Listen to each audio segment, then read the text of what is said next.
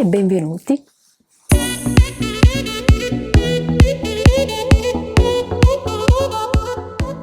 In questi giorni ho visto un reportage di una ragazza su Instagram che mi ha colpito tantissimo, quindi prendo spunto da questo reportage appunto che è stato fatto. Lei è Sara Melotti, che ha intitolato Mai abbastanza. Io ho preso degli appunti e esorta a condividere le sue considerazioni vengano viste da più persone possibili. Io ho voluto fare qualcosa in più, creare un video dove prendo spunto da quello che ha detto lei. Spero di essere utile perché mi ha veramente molto colpita questo argomento, ha risuonato dentro di me, mi sono rivista in tante cose. È un argomento chiacchiericcio, quindi durerà un po' di tempo. Perché questo titolo? Perché mai abbastanza, noi donne ci sentiamo sempre mai abbastanza belle, mai abbastanza magre, mai abbastanza alte, mai abbastanza giovani, e sin da quando siamo piccoline questo succede.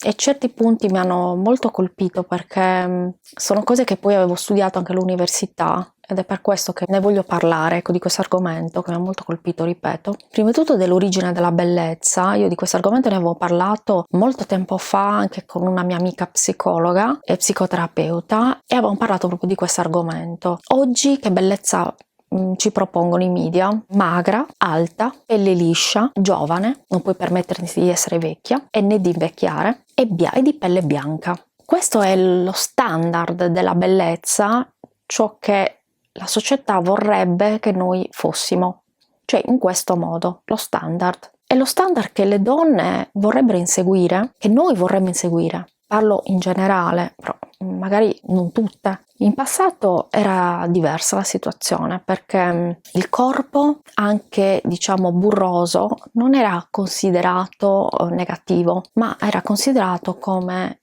un corpo bello comunque. Tutto è iniziato negli anni 60. È successo che durante la prima guerra mondiale, questo lo prendo proprio papale dal video che ha fatto Sara, che lei spiega che nella prima guerra mondiale la donna si è trovata da sola, perché comunque gli uomini andavano in guerra e loro si sono trovate da sole a ricoprire dei ruoli diversi rispetto al periodo precedente, quindi fare da padre e da madre, magari anche iniziare a lavorare, e questo ha creato un cambiamento nella società.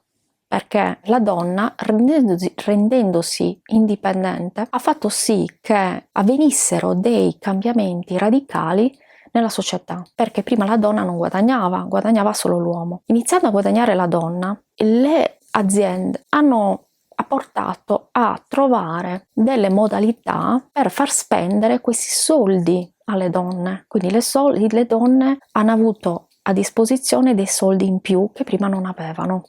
Quindi come far spendere questi soldi alle donne? Facendoli capire che il loro corpo era un problema e che dovessero spendere i soldi da loro guadagnati per rimettersi a posto questo corpo che non andava più bene. Quindi prima il corpo andava bene, poi a un certo punto è stato creato tutte delle regole, è stato creato un criterio di bellezza che la donna doveva rispecchiarsi, doveva avere, in modo tale da farla spendere. Perché se io ti creo un problema, creandoti un problema, io ti posso creare un problema che prima era inesistente, ma creandoti un problema ti posso creare anche la soluzione. E guarda caso, io sono la soluzione. Perché metti il caso che io sono l'azienda che produce una dieta dimagrante, una pillola per dimagrire. Quindi io creo il problema, cioè ti faccio sentire grassa, inadatta, non alla moda, perché se sei grassa non sei alla moda, in modo tale da crearti un disagio, ma crearti anche la soluzione che a me personalmente mi porta soldi,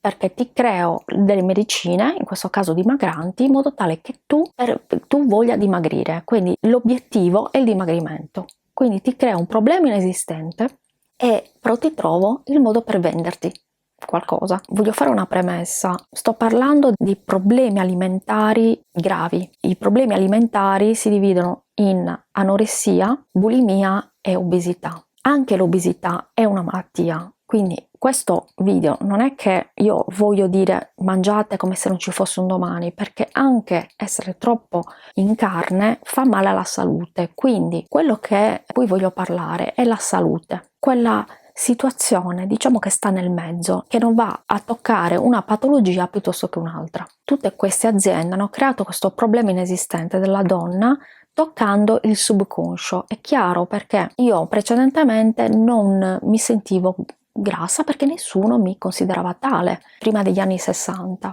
La donna piaceva perché in carne. Dopodiché si è creato questo problema, il problema che non vai più bene. Non andando più bene, io attacco che cosa? La tua autostima. È un attacco all'autostima. Io non mi sento adatta, quindi attacca la mia autostima, nasce dei desideri che magari non avrei mai avuto, obiettivi che io non avrei mai avuto, e aumenta le incertezze. E questo come è riuscita a farlo la società? Tramite la pubblicità, quindi tramite le immagini, sia video che foto, pubblicità, giornali, televisione, quindi attraverso i media. Mi ha molto colpito una parte di Sara dove lei dice una cosa che non sapevo, sono rimasta scioccata, che riguarda la cellulite. La cellulite, il termine cellulite, è stato coniato da Vogue Magazine. Io sono rimasta sbalordita ed è stato coniato nel 1968. Prima non esisteva il problema cellulite, non cellulite, non esisteva il problema è stato creato da Vogue. Era stato scritto che la cellulite è una malattia. Ma chi l'ha detto che la cellulite è una malattia? Io sono rimasta scioccata. Ovviamente Vogue forniva le cure per questa malattia che era stata appena creata, cioè la cellulite. Chi è la donna che non ha cellulite? Tra l'altro, tutte abbiamo cellulite, e chi più chi meno. Ma anche le magre hanno cellulite. È stata una genialata satanica, secondo me, una genialata in senso negativo, perché comunque ha creato un problema che non esisteva, una malattia, addirittura è stata creata una malattia. Ma stiamo scherzando? Da qui sono nati farmaci, creme, massaggi, diete, integratori, quindi c'è un business dietro enorme. In realtà, giustamente come dice Sara, non funzionano. Infatti lei dice: non comprate le creme, attrezzi per eliminare la cellulite, non servono. Caratteristica, diciamo, nell'ultimo periodo che stiamo vivendo è stato il fatto dello spazio tra le cosce, che è una nuova moda, cioè le cosce non devono toccarsi, deve esserci il buco. Per esserci il buco devi essere veramente magra, devi avere le gambe veramente magre. Io ce l'ho avuto il buco tra le cosce ed è una sensazione, devo dire, bellissima, che io mi piaccio magra, devo dire la verità. Infatti io sto facendo questo video perché io sono vittima di questa società. Se i media ci propongono delle immagini di modelle bellissime, le gambe devono essere magre, scheletriche, quasi quasi non devi avere i fianchi, devi essere super magra, perché per avere il buco devi essere veramente magra. E questo è negativo, perché se tu non appartieni a questa canoni di bellezza, tu sei fuori, quindi automaticamente tu non ti senti parte del gruppo. Noi esseri umani siamo animali sociali, viviamo sin da quando siamo piccoli nei gruppi. Il primo è il gruppo familiare, quindi noi nasciamo in un gruppo dove c'è il padre, la madre, i nonni, i fratelli, quindi è già questo un gruppo. E infatti ci sono due tipi di gruppi, gruppi primari e gruppi secondari. Il gruppo primario è appunto la famiglia e la scuola. I gruppi secondari sono i gruppi di amici, il gruppo di lavoro, con le persone con cui lavori, con cui hai magari delle attitudini comuni, hobby comuni. Per esempio i miei gruppi di cucito, siamo tutti insieme perché tutti appassionati di cucito. Questo è un esempio. E a noi fa star bene, al nostro cervello fa star bene, alla nostra psiche, far parte di quel gruppo, perché ci sentiamo protetti. Far parte di un gruppo ci fa sentire meno soli. Quindi la società ha puntato proprio su questo, il fatto che se io non rientro in quei canoni di bellezza, automaticamente io mi sento lontano dal gruppo, non mi sento accettata dal gruppo, mi sento fuori dal gruppo. Quindi diciamo che è un qualcosa di perverso, proprio studiato a tavolino, per farci del male, soprattutto a noi donne. Poi adesso secondo me anche gli uomini, però ho iniziato con le donne, adesso anche gli uomini. Quindi se tu non fai parte, la stragrande maggioranza delle persone che ci sono nel mondo, tu sei fuori. E quindi il fatto di non far parte del gruppo ti fa sentire un pesce fuor d'acqua, solo. Ecco, tu vivi la solitudine, ti senti solo e triste. Sto parlando in generale, però anche i tatuaggi, prendiamo il caso del tatuaggio. Ormai tutti hanno i tatuaggi, chi non ha il tatuaggio è strano. Non hai tatuaggi? Io per esempio non ho neanche un tatuaggio, per svariati motivi. Non faccio parte del gruppo. Un gruppo che oggigiorno è la stragrande maggioranza delle persone che hanno tatuaggi, io non ce l'ho. Quindi magari in un gruppo potrebbero dire però fatti il tatuaggio, Cristiana, perché senza tatuaggi non puoi far parte del nostro gruppo, sei una strana, una diversa. E anche lì, se vogliamo, c'è un business, perché comunque anche lì i tatuaggi costano, quindi fanno guadagnare i tatuatori, comunque c'è tutto un business anche lì, però vabbè, è un altro discorso. Queste aziende quindi cosa fanno? Si nutrono della nostra insicurezza, ci vogliono portare a raggiungere dei traguardi che noi non raggiungeremo mai, perché se io ho un fisico a pera non posso assolutamente raggiungere l'ideale di avere il buco fra le gambe, perché io ho, come dice il frutto, a pera, la parte inferiore del corpo voluminosa, quindi magari ho il sedere pronunciato e le gambe belle tornite. È difficilissimo, anche se non mi metto a mangiare per 3 anni, che io possa dimagrire, perché poi magari sì, dimagrisco, però poi come dimagrisci? Sciupandoti in viso, ti vengono tutte le rughe, ti vengono le occhiaie, ti ammali e via dicendo. E come viene fatto questo? Attraverso le immagini. Le immagini e i video, io direi. Le immagini chiaramente hanno iniziato attraverso i giornali, poi attraverso la TV, e ci vengono propinate ogni ora, ogni secondo che noi accendiamo o la televisione o guardiamo un giornale, questi canoni di bellezza irraggiungibili. Se noi guardiamo per esempio delle foto di modelle, sembrano bellissime. Oggigiorno c'è Photoshop, tanti modi per modificare l'immagine, per cui anche le modelle che comunque di base sono bellissime, sono quelle che raggiungono più di tutte quell'ideale, quella prototipo di donna, non sono neanche loro perfette. Quindi le foto vengono ritoccate oppure vanno dal chirurgo estetico anche loro, perché magari sì, sono bellissime ma hanno un naso grande e allora vanno a ritoccarsi il naso, oppure non lo so, hanno le tette piccole, vanno dal chirurgo per farsi le tette più grandi. Cercare di raggiungere questi canoni di bellezza irraggiungibili. Tra l'altro solo il 2% delle persone nel mondo mondiale è fortunata che nasce con questi canoni di bellezza, che è altissima, magrissima, che mangia e non ingrassa. Ecco, la stragrande maggioranza delle persone, quindi il 98%, donne normali come tutte noi, con noi tutti i nostri difetti, però loro ci vogliono far capire che noi possiamo aspirare a quel fisico. Quindi loro ci dicono qual è lo standard e ci dicono anche come raggiungerlo, cioè puoi raggiungerlo attraverso le creme, puoi raggiungerlo attraverso la ginnastica sfrenata, con la dieta, con le pilloline e via dicendo.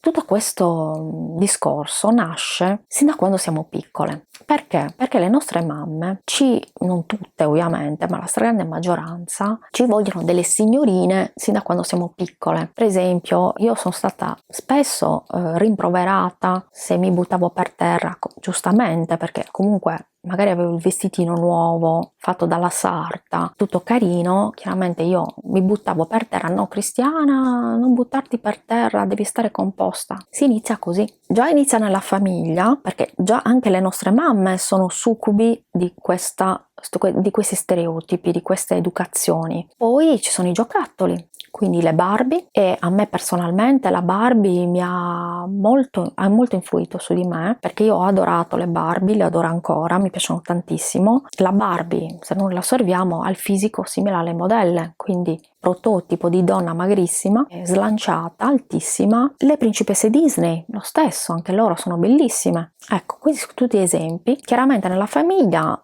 nasce tutto questo, perché già da piccoli, se tu nasci maschietto ti vestono di celeste, se tu nasci femminuccia tutto rosa. Tra l'altro anche i giochi tra maschi e femmine sono diversi, perché le bambine devono giocare con le bambole, mentre i maschi devono giocare con giochi di ruolo, con personaggi eroici, quindi giochi che enfatizzino la forza, il potere, mentre le donne devono fare le brave signorine, quindi sempre ben vestite, ben truccate. Per esempio le Bratz, non l'avevo mai notato, sono particolarmente truccate. Vestite, mamma mia, a me le Bratz mi piacciono, per carità, sono carine, però non sono la quintessenza della finezza. Barbie rimane un po' più fine. Barbie ci spinge alla bellezza e magrezza. Le Bratz verso trucco eccessivo, i vestiti corti, vestiti molto provocanti. Qui viene citato un documentario che non ho guardato, per quello che forse scatterà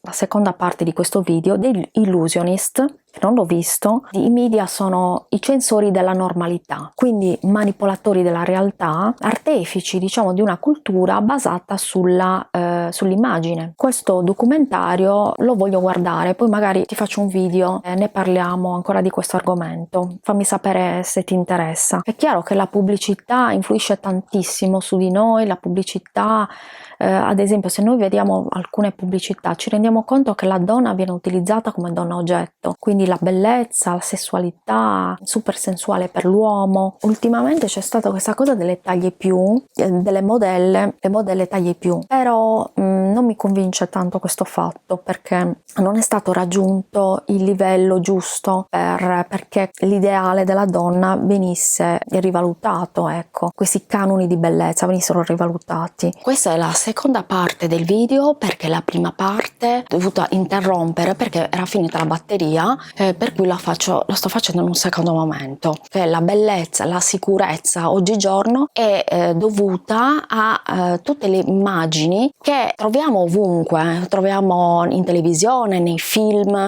nelle pubblicità. Ci dicono che cosa dobbiamo comprare per avere l'illusione di possedere quella determinata cosa, per essere in quel modo. Quindi cosa dobbiamo comprare, come ci dobbiamo trasformare anche per diventare quello che gli altri e comunque la società vorrebbe che noi fossimo, quindi con l'illusione che la bellezza possa essere comprata. Inoltre il messaggio, quello che l'immagine della bellezza viene associato al denaro, al successo, alla felicità, all'amore, cioè se non sei bella non ti amano, se non sei bella non avrai successo. E sono tutti messaggi che arrivano al nostro subconscio, agiscono in maniera negativa, modificando il nostro modo di pensare e di agire. Per avere una vita bella bisogna essere belle. La magrezza è lo stesso discorso, la felicità, essere magre, essere felici.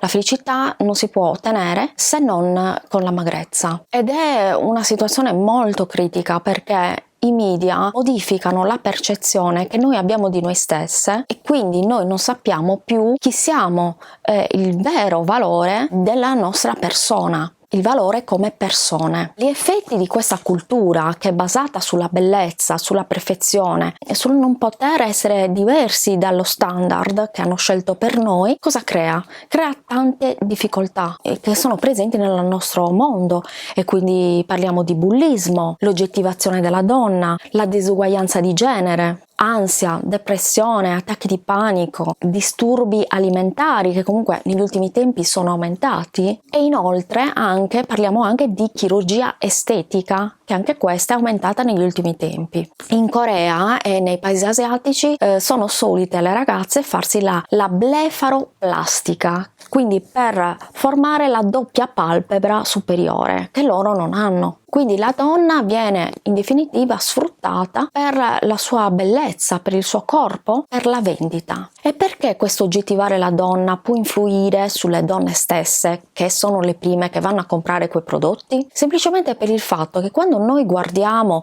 per esempio, una pubblicità dove c'è una bellissima donna che, per esempio, indossa un bellissimo abito, oppure che ha la pelle liscia perché usa quella determinata crema, nei confronti di quell'immagine tu ti senti inadeguata. Perché a quel punto il tuo valore dipende non dalla tua persona, dal tuo carattere, da quello che realmente sei, ma da quello che appari. Quindi se io appaio bella, sicuramente mi ameranno, sicuramente mi apprezzeranno e sicuramente avrò anche più probabilità di trovare lavoro. In definitiva, ti vedono come un corpo e non come una persona completa. E se questo corpo non rispecchia lo standard, quindi non sei alta abbastanza, non sei bella abbastanza, non sei magra abbastanza, non vali nulla. In cultura di questo tempo è che non viene data tanta importanza alla cultura in se stessa, ma viene data importanza più di tutto all'aspetto esteriore. Quindi non importa se tu sei istruita, la cosa più importante è che tu sia bella. Questo è il messaggio che ricevono tante giovani donne, un messaggio ovviamente sbagliato e distorto. E noi sappiamo che il nostro cervello, e comunque noi, sia la nostra attenzione ma anche la nostra energia è limitata. Quindi se noi utilizziamo tutta la nostra energia per essere belle, non possiamo utilizzare questa energia, istruirci per studiare, per occuparci magari di altri aspetti molto più importanti rispetto a quello della bellezza. Allora, con questo voi mi potete guardare e vedete, sì vabbè, però Cristiana, tu sei bionda con i boccoletti, truccata. Un attimo, quello che cambia in questo discorso che ti sto facendo è la consapevolezza. Allora, io sono consapevole di tutto questo discorso che ti ho fatto, però io scelgo di essere quella che voglio essere, quindi io mi sento meglio con me stessa se mi trucco, ma posso anche non truccare, comunque truccata mi vedo più carina e con i capelli biondi piuttosto che con i capelli scuri mi vedo più carina. Dentro di me mi vedo così, sono io. Quindi io non lo faccio per piacere agli altri, ma io lo faccio per piacere a me stessa, devo piacere a me stessa. Quindi la percezione, il motivo e l'atteggiamento per il quale ci si trucca, ci si veste in certo modo, ci si agghinda, fa la differenza. La consapevolezza e la motivazione. Io non mi vesto e mi trucco così per attrarre gli uomini o perché mi aspetto che gli uomini mi dicano che bella che sei, non me ne sbatte nulla. A me colpisce di più un complimento quanto sei brava Cristiana a insegnare il cucito piuttosto quanto sei bella, perché la bellezza è passeggera, lo sappiamo, no? Prima o poi va a farsi friggere. E con questo io non voglio dire che le donne siano tutte stupide, assolutamente, lungi da me da considerare le donne così. Semplicemente molte donne, soprattutto stiamo parlando di donne giovani, sono vittime di questo sistema che ci coinvolge tutti, che è un sistema consumistico e un sistema capitalistico, che è pensato non tanto per lo sguardo femminile, ma per lo sguardo maschile, anche se influenza anche lo sguardo femminile, perché, come ho detto prima, vedere un'immagine di una bellissima donna che mette quella crema e grazie a quella crema tu hai l'illusione di poter avere un domani la stessa pelle di quell'attrice che poi magari è stata anche photoshoppata, quindi è anche un'immagine falsa, ti dà l'illusione che comprando quella crema tu possa diventare in quel modo. Qual è lo scopo? Lo scopo è la vendita, lo scopo è il marketing, la vendita di quel prodotto.